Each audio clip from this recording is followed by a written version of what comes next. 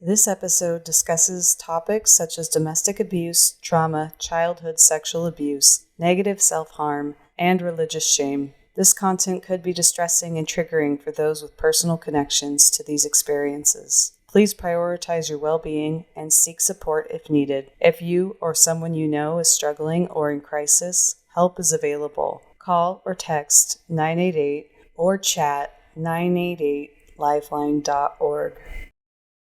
Welcome to It's Your Story to Tell podcast. I'm Hannah and I'm today's host. And today we're going to be talking about grief processing, particularly when it doesn't fit into that maybe traditional view of grief that we think about and kind of that transformation process that goes along with it. You may remember me from episode number 9, where I shared my story with Megan. Since that episode, I have joined Megan as part of the Coach Collective here. I'm very excited about this. So in addition to, navigating grief in my own personal journey and being a single mom to 5 kids, I've also had a decades-long career in women's health as a nurse and now as a certified nurse midwife. And so I am really passionate about empowering women as they navigate the hard things of life. Megan and I, we attended nursing school together, graduating, over 21 years ago now. Crazy. Can't believe it. But it wasn't until recently, just I think the beginning of 2023 is when we really connected again via social media. But we kind of connected around our shared passion of empowering others on their journey through the pain of life and whatnot, and really finding that purpose and transforming their lives. If you have been a listener of this podcast, you know Megan. And you know that she is just really committed to giving a space to really vulnerably talk about hard things. Her goal through our podcast here is to encourage people to be really honest about their story and not to get stuck in the hard things. By highlighting all different stories and all different types, we hope that there is something that will just really resonate and encourage you, the listener, to what is possible when healing and transformation is pursued. Recently, Megan really expanded this platform, bringing in different coaches who have different experiences to really allow the pairing of clients with coaches that were specific to their needs and have kind of walked through this, their own experiences with what's going on, which really gives us a better understanding and empathy with what's happening. So we really hope you guys get a lot from today's discussion on grief processing and trauma transformation. All right. So Megan, I would love to start by asking you, first of all, how did you really get interested in working with trauma transformation? What brought you to that? Well, I think I've always cared about helping people heal. That's what I did as a nurse. At that time, it was really focused on the physical aspect of healing and people who are sick and needed care in the hospital, or if it was in my other jobs, it was educating providers on all kinds of different ways to help their patients. And in about 2020, when we were all stuck at home, I started really pursuing holistic healing. And part of that was because of my husband's cancer battle and us looking at all of the different ways to help and support him. But I had always had a passion for holistic healing. And I went into functional medicine and got certified in that. And then that led me to find nurse coaching, which I was really intrigued by. And what I realized as I started doing nurse coaching as part of my training is that while people were coming to me with, I want to lose weight, my blood pressure's high, lifestyle modification type things for their health concerns, that as we connected and started talking to really uncover the root cause, it was a lot of emotional stuff leading to behaviors and choices that were harming them from a physical aspect. And so what I realized is that we are so interconnected, and that if we don't use curiosity, if we're not asking a lot of questions, we're really treating symptoms versus root cause. And then as I started to reflect on my own journey, I realized I had spent a lot of years in counseling, which I think counseling is really important, and it offers something different than coaching, and they can be paired so well together, Yeah. or used at different stages in the journey.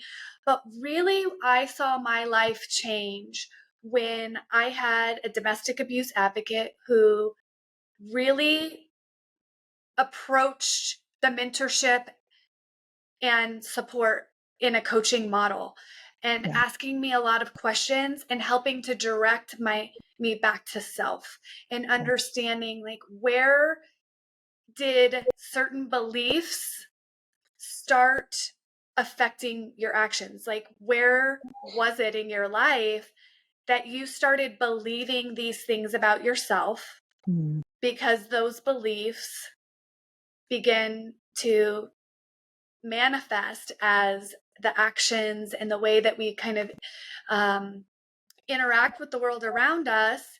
And then that becomes the life that you're living. And so when I was really faced with a moment of having to be honest about the reality of where my life was, she was able to help me to become really curious about how did I get there? Because for so long Gotcha. I was denying the reality of where my life was. And that denial was keeping me stuck and in a place that I didn't even know how I got there. Yeah. Sounds like she was able to really come alongside you and kind of help point out some of those questions that made you start to realize things on your own, right? Kind of help you Yeah. be that mentor slash coach friend. Yeah. Yeah.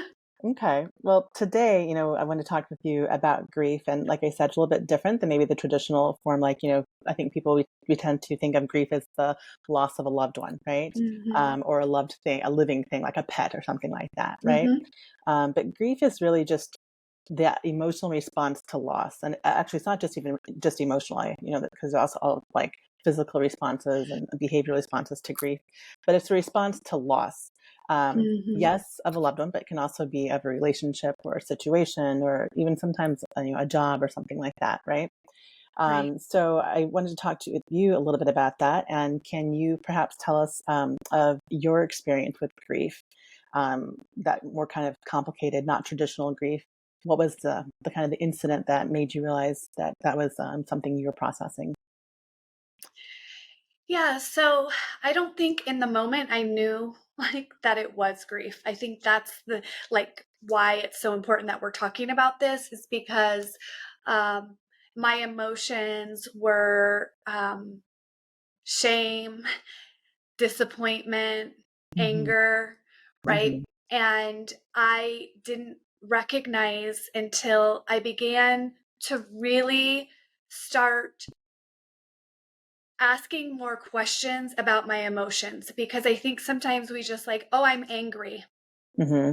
but we don't really continue to ask like additional questions. So when I'm Hmm. working with clients, it's like, okay, now let's ask 3 to 5 more questions Yeah. about what it is, the feeling that you have, so that we can really uncover what is the cause behind it. And so for me, as I did that, I realized, well, really, I was grieving the reality of, I wanted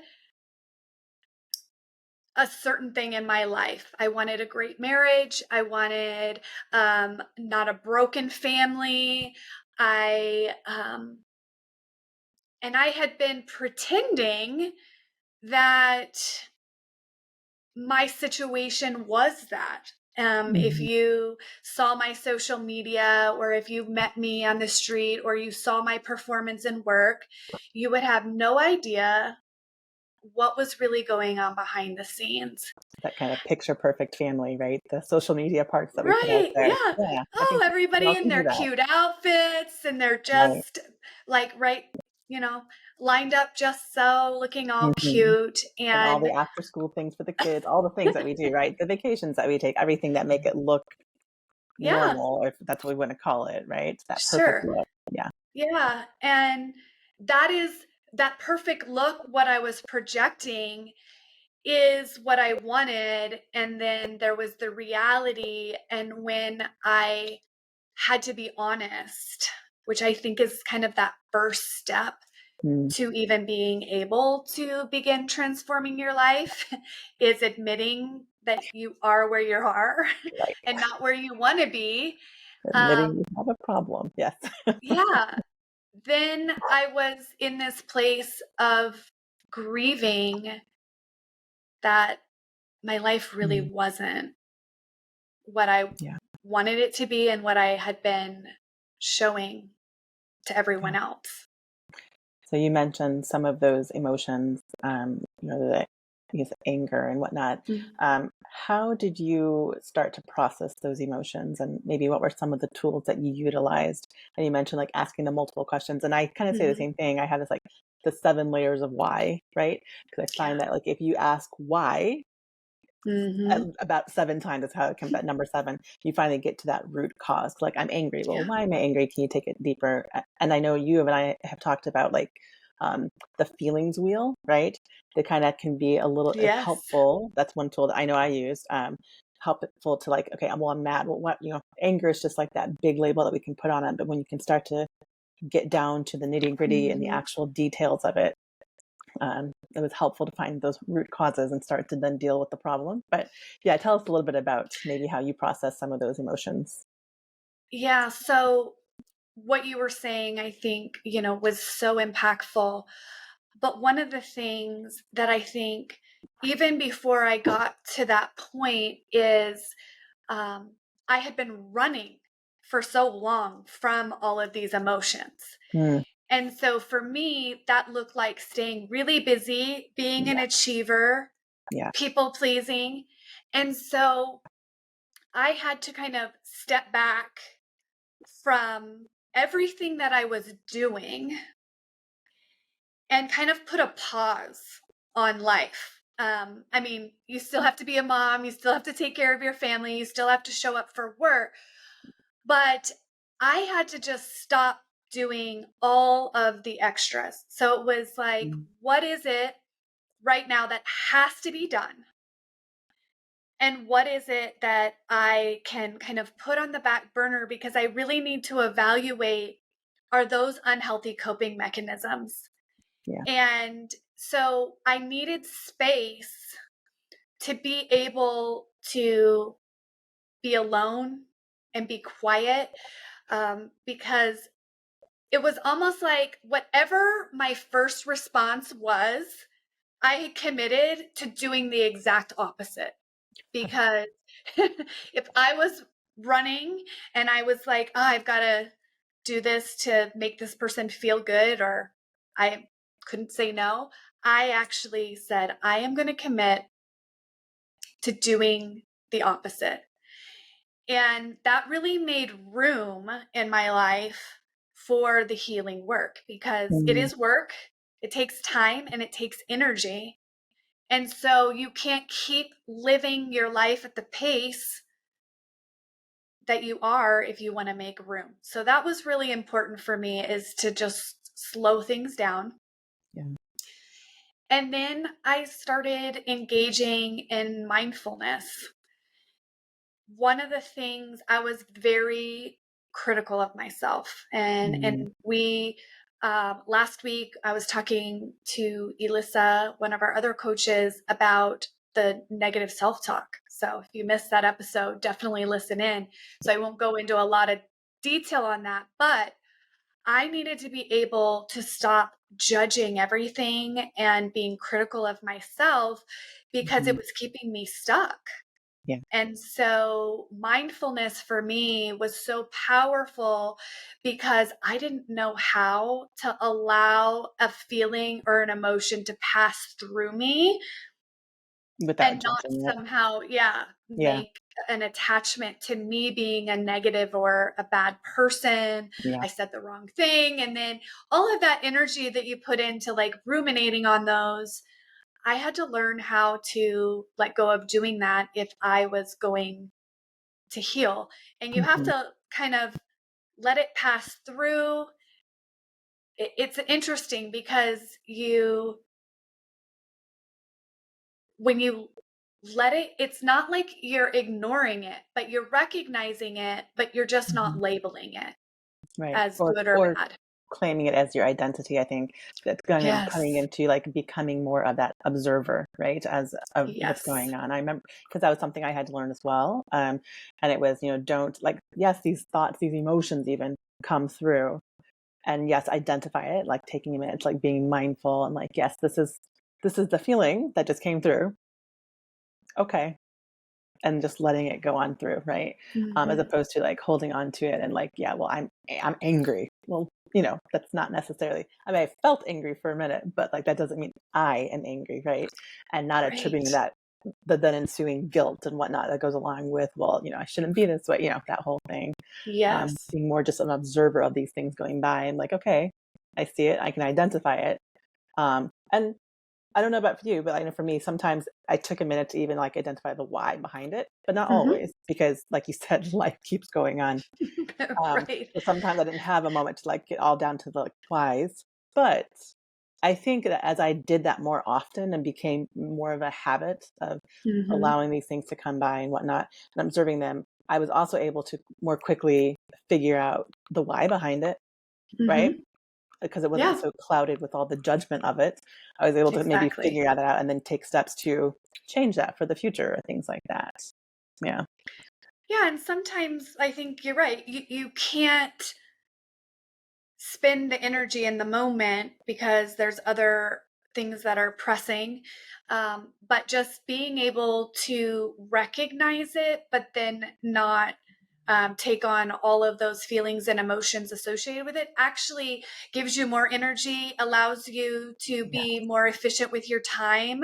exactly. And so then I would find that I would have other time in my day then that would allow me to go back to those things. Like if there was something that I needed to go back to, I just kind of like, okay, mental note, I think that I need to explore this more.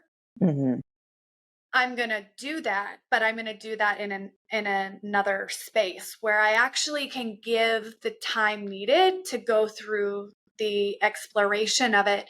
And sometimes as you wait, you realize, okay, there's actually patterns here.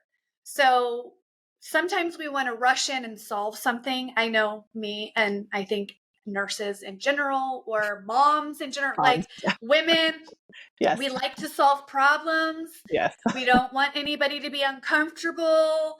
And so we rush to respond. And when we respond without all the information, we're looking at a symptom versus a root, Yeah. right? And the best healing comes when you can get to the bottom of whatever is causing the symptoms instead of whether it's physical or emotional or spiritual, the root Hmm.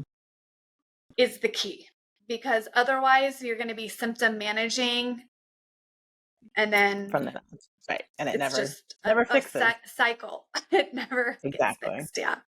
Exactly. And then I think you said something really important too about the I am and not identifying like I am angry. I am an angry person or Hmm. um and I really needed to work on positive affirmations because when we've been through hard things, I know for me, I tended to get into a victim mindset. Mm. And I thought I had like a really a growth mindset in my professional life and in the life I was trying to project to people. I was like, look at this growth mindset. Look at that was again a facade, right? That was not what was really going on. I was really stuck in and that was having a victim mindset, like these things happen in my life, so life's going to look like this. And I kept attracting more of what I Yeah. didn't want, because what we focus on is what we get Becomes and that law of become. attraction, right? Yeah, it is so powerful. And I think when you learn that, it transforms your whole Hmm. perspective, and that Yeah. can be such a pivotal moment in our Hmm. transformation process, and kind of, you know, creating that life of passion and whatnot and purpose that we're working toward, right? Right.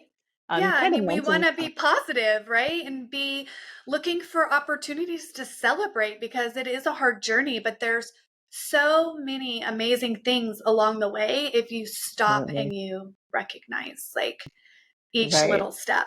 I think I shared on social media a little bit ago, but it was that the glimmers, looking for glimmers, right? Hmm. And Yeah. it was such a like, it seemed like a little silly thing when I saw it, because I didn't create it; someone else came up with it, and I shared it. But looking for glimmers, which are, moments of happiness, and um, those little sparkles of life, as opposed to, what we often hear, like, "Oh, I'm triggered," the triggers of life, and, trigger warning. It's Right. like, oh, switch that mindset and start looking for the Yes. glimmers, right? And like, oh, I love the that. glimmer today. And like, what a positive approach to things. And it does change your mind, because what you look for, what you are always focusing on, you do attract that, and it continues to build on itself, Hmm. right? So I know for myself, and I know for you, like, that's not like, let's look for the glimmers, right? So the Yeah. positive things, because yes, life is a journey, and it's a challenging, can be very difficult journey, sometimes from our own choices, a lot of times not from our own choices, right? Yeah. We're handed something that we didn't want, right? But Hmm. we get to choose our response to it, and what, how we do with that. And it is possible to live a life that is victorious and full of purpose, despite the Yeah. challenges that we face. Um, you I did think, mention, so, oh, go ahead. Go ahead. no, I was just going to say, I think that is so key for us to recognize that I think most often the wound that happens in our life is definitely like not our fault, right? I Yeah. know, like in your situation, your husband passing in a tragic accident, Mhm. that was not your fault. Me being abused sexually at a young age was not my fault. Exactly. But then it created these beliefs, and over time, I did start partnering with them. And so when I stopped identifying and saying, like, no, I don't want that in my life, and actually, the triggers, I was running from those, Mhm. And so I think it's really important, because in this day and time, we want to not trigger people. We talk a lot about that, and we try to be make our audience aware, like the subjects that we're talking about, so Yeah, that they don't get into a situation where they're not in a space that they can actually process it. But exactly. our goal isn't to not trigger you, because the trigger is a warning sign Yeah. that just says something isn't right here. Right. And for so long, I avoided the trigger because it made me feel uncomfortable, but Mhm. it kept me stuck. It kept me making the same choices over and over again. So it wasn't until I was at a place where I felt like I had the capacity, I had the community and the support around me, that I could say, okay, I'm not going to run.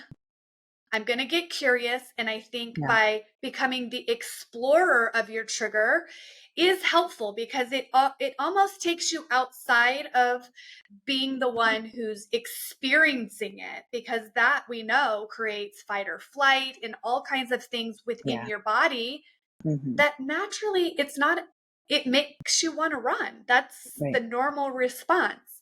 The So protection. Yeah. yeah, you have to actually decide to do something different, and that's what Mhm. we're talking about. And that's the whole um key to transformation, is getting okay and actually welcoming the trigger, welcoming that response that is letting you know something is not right here. I need to evaluate it and Mhm. determine what is the step that most aligns with my desired outcome. Yeah. And doing it in a safe and supported way, which is where the coaching comes in, honestly. Because if you can have Mhm. someone who can come alongside you and just be very that compassionate voice, and it's, not even giving you the answers, but like you said, your coach, she asked questions, right? Mhm. Allowing you to like safely start to work on those those triggers and not run from them. Um, Right. and I think you even mentioned something about like being curious, right? That's such a key component to the healing process. And I think self compassion also is a big part of that too, because like you said, it's Mhm. not our fault, the wounds, but at some point we do start getting into being a partner in it, right? And there can be some even shaming. Guilt associated with that. Well, I shouldn't have done this all. I wasted all these years doing X, Y, and Z, and that's not it, right? You need to be Yes. compassionate to ourselves. Like, okay, now I know better. So now I Mhm. can take these steps, right? Yes. Um, and I know that's a big tenet of your um, Mhm. path to recovery, right? You can talk a little bit about Yeah. that. Yeah, compassion is so important because I think from a victim mindset, there's not a lot of compassion. From a victim mindset, it's a very critical Mhm. um, place to be. And I didn't know how to have compassion. And that was what was really powerful with having a mentor. And then I got into some recovery groups that were really specific to the areas of my trauma. Mhm. And by being able to sit with a group of women that had similar experiences and vulnerably share, because these were things that I had never talked about. I had buried them inside. I They're hard things, right? We don't want to go back into those places, but when we can go back into them with people who can acknowledge how hard it was. Trauma really is what happens when you don't have support to process a hard thing that you're Yeah. facing. It's not just the hard thing. And in my situation, I didn't give anybody an opportunity to help me process. So I don't know what it could have looked like had I done that work earlier in my life. But Mhm. because of the shame that I had associated with it, I didn't want to tell. Or because of the beliefs that I had that my feelings and emotions can cause hurt, I didn't want to share. Yeah. And so I tried navigating it on my own.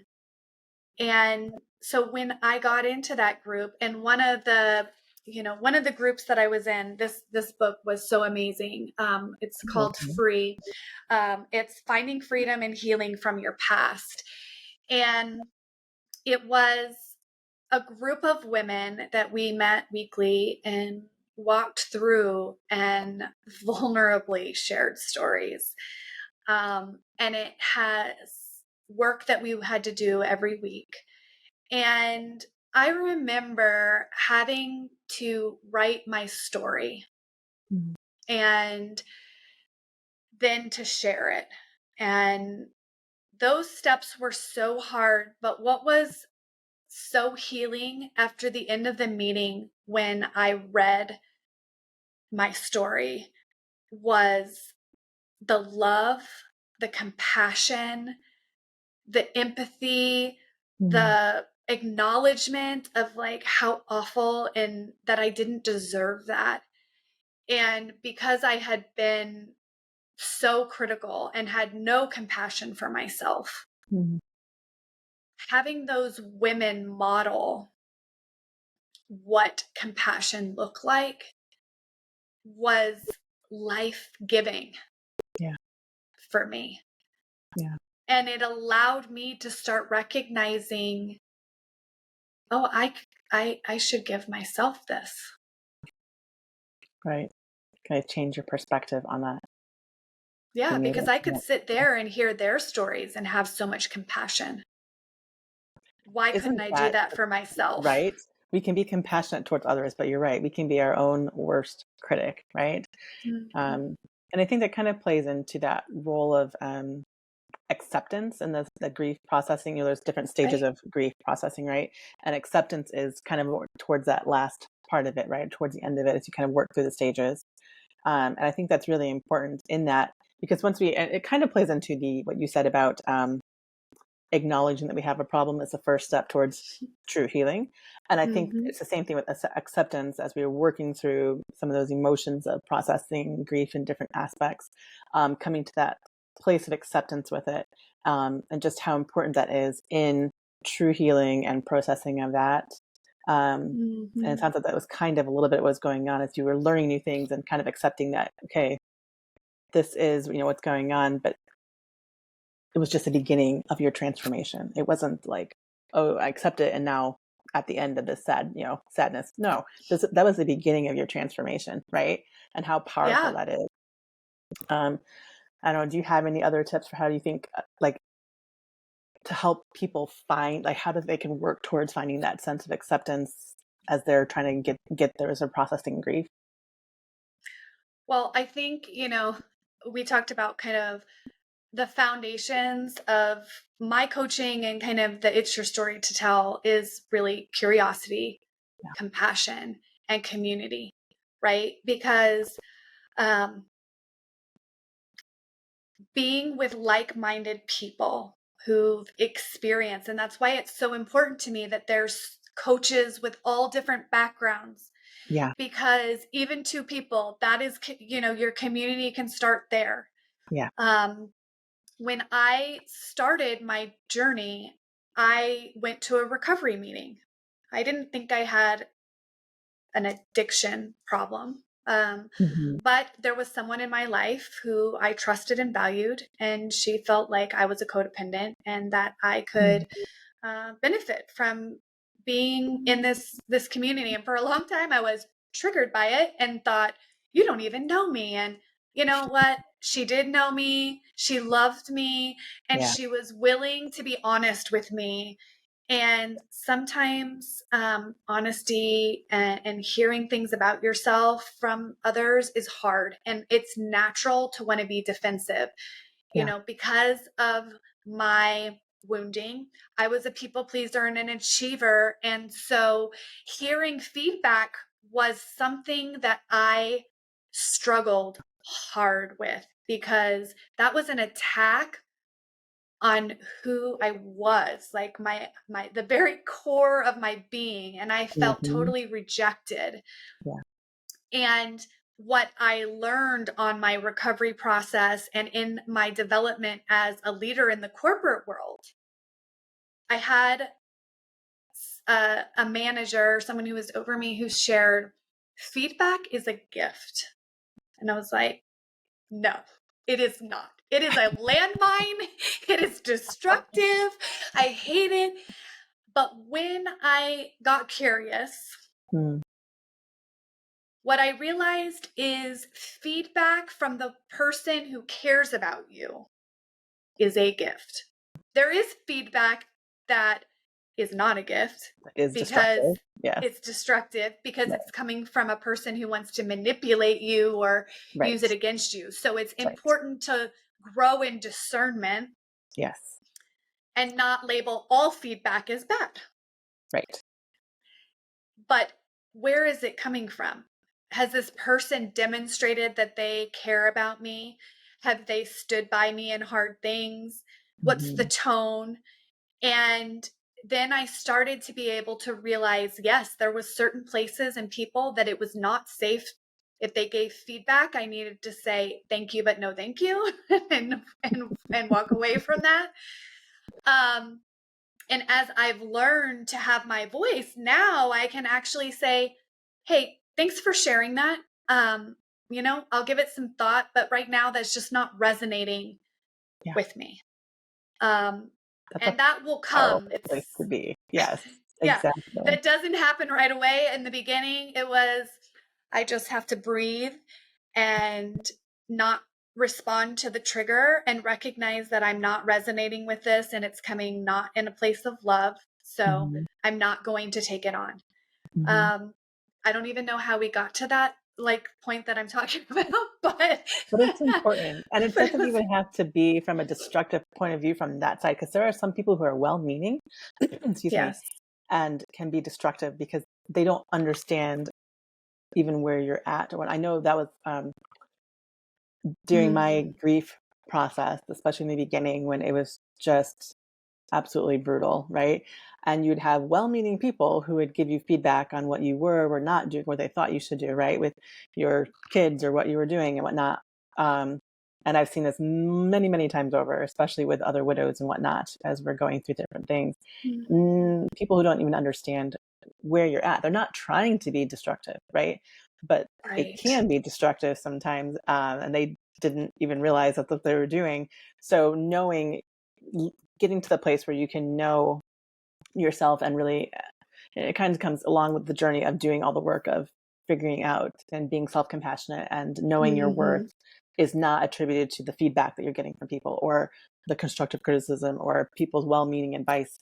You need to know oneself, right? And be able to assess it without being just triggered by it and destroyed by it, because that's it happens often, right? And you need to be able to kind of weed through those things, knowing that this person maybe loved you, but did not resonate with you at that time, right? Like there were many times when I would talk myself through something when someone was talking to me. I'm like, okay, it's okay.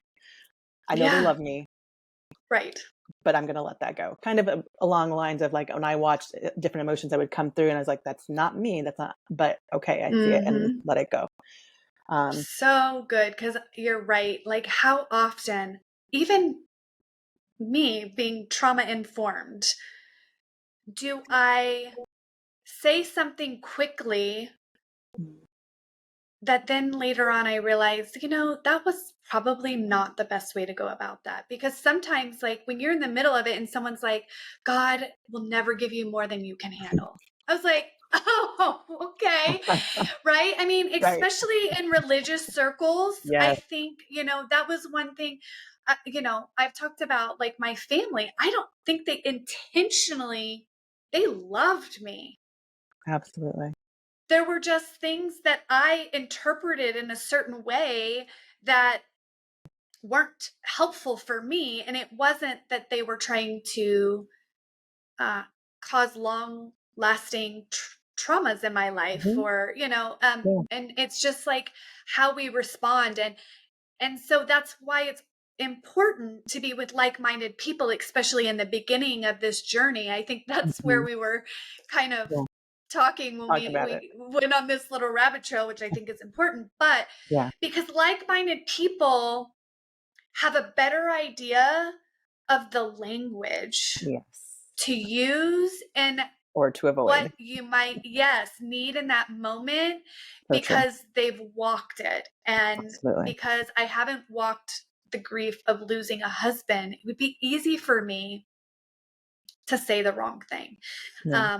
And so being with like-minded people and then being compassionate to others, is so important, because there are well-meaning people that say the wrong thing, but then discernment, right? Because there may be people that even in their well-meaning, when you share feedback with them, they're not willing to accept it. And then that makes that person someone that you have to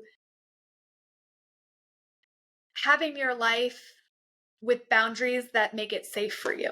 And that can be hard too, because especially when it's family or people in close relationship to you, they're like, wait a second, why are things changing?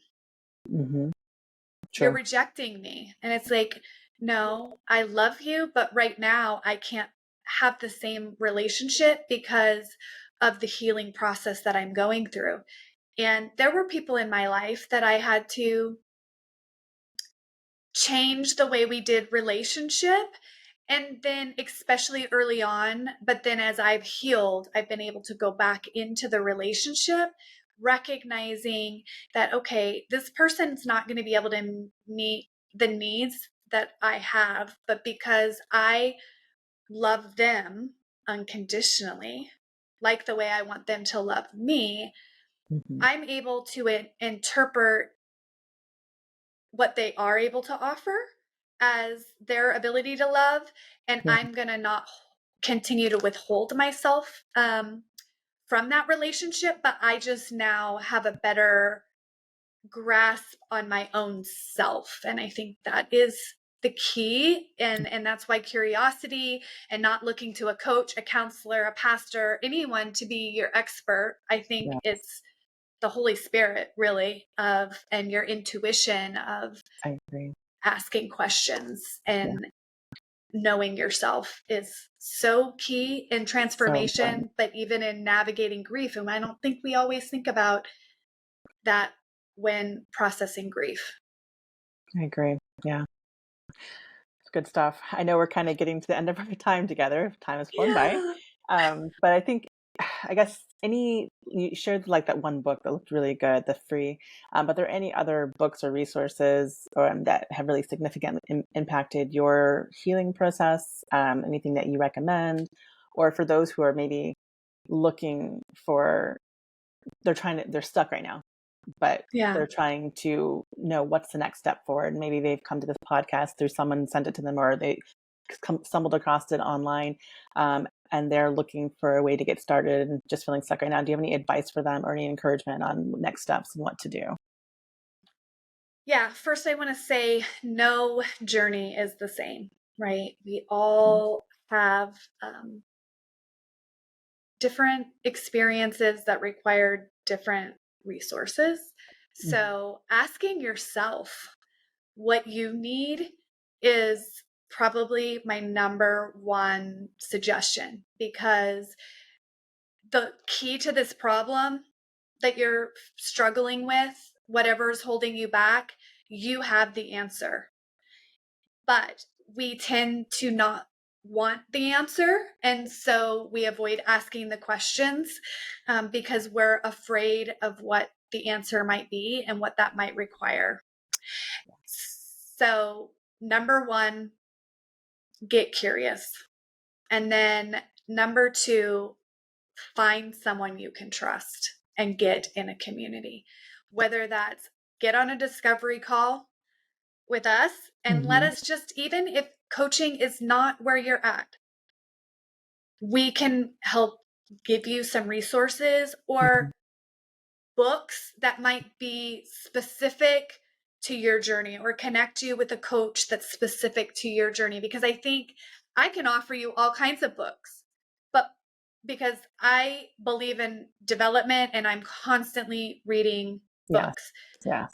Boundaries was really important for me, but that may not be appropriate for your grief journey, right? Mhm. You've in your podcast offered books that were helpful for you in navigating the loss of a spouse.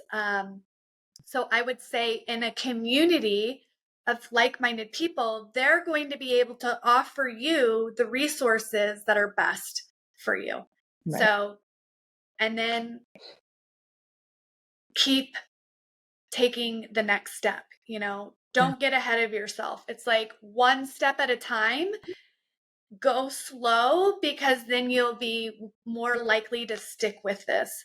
Yes. And this process never ends. Like every day I'm recognizing, oh, I could have done that a little bit differently, or how could I do this better? Mhm. And if we can maintain this posture of progress over perfection, Yes. then I think we'll have the most fulfilling life, and we will find continued purpose, because I think a lot of times we think of purpose as, what is my purpose in life? Our As if it's purpose just the expands and grows. same. Yeah, like Right. one Yeah. thing. Yeah. Exactly. But And it no. doesn't. It just keeps growing. And like you take one step and it like opens another door, and you're like, Right. whoa, I didn't even realize what was behind this door. And then Exactly. you keep exploring. And when you start looking at life as a journey to be explored and an adventure, it makes it so much more fun, even as you go through hard. Yes, exactly. Even as you go through hard, because you're right, it's not about perfection. It's about the journey and the process, and just honoring each step as you go. Because, like you said, I'm not perfect on this. I still have to process things and still have to change my negative self-talk and whatnot. But Right. I see the strength from the work that I've done before, right? And then like it's easier to like bring yourself back into line with what you know is the true purpose for you and what is going on, and continue on that journey, right? Because it is a Yeah. journey. It's not just that destination. It is a journey along the way. I put a tattoo on, so I'm a visual learner.